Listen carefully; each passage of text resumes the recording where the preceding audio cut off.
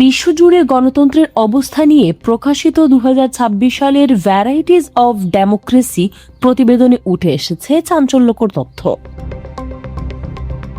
প্রতিবেদনে বলা হয়েছে, দ্রুত স্বৈরতান্ত্রিক প্রবণতা বৃদ্ধির কারণে যুক্তরাষ্ট্র প্রায় 50 বছরের মধ্যে প্রথমবারের মতো উদার গণতন্ত্রের মর্যাদা হারিয়েছে। সুইডেনের গথেনবার্গ বিশ্ববিদ্যালয় ভিত্তিক গবেষণা প্রতিষ্ঠান ভিডেম ইনস্টিটিউট এই প্রতিবেদন প্রকাশ করে।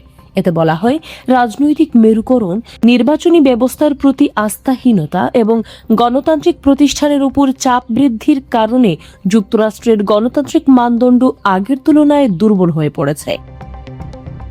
গবেষকদের মতে, এসব কারণে যুক্তরাষ্ট্রকে এখন আর পূর্ণাঙ্গ উদার গণতন্ত্র হিসেবে বিবেচনা করা যাচ্ছে না। প্রতিবেদনে আরও বলা হয়েছে, সাম্প্রতিক বছরগুলোতে বিশ্বের অনেক দেশেই গণতন্ত্রের অবনতি ঘটছে এবং স্বৈরতান্ত্রিক শাসনের প্রবণতা বাড়ছে। ফলে বিশ্বব্যাপী গণতন্ত্রের ভবিষ্যৎ নিয়ে নতুন করে উদ্বেগ তৈরি হয়েছে। বিশ্লেষকদের মতে, যুক্তরাষ্ট্রের মতো একটি শক্তিশালী দেশের গণতান্ত্রিক অবস্থান দুর্বল হওয়া বিশ্ব রাজনীতির জন্য বড় বার্তা বহন করছে।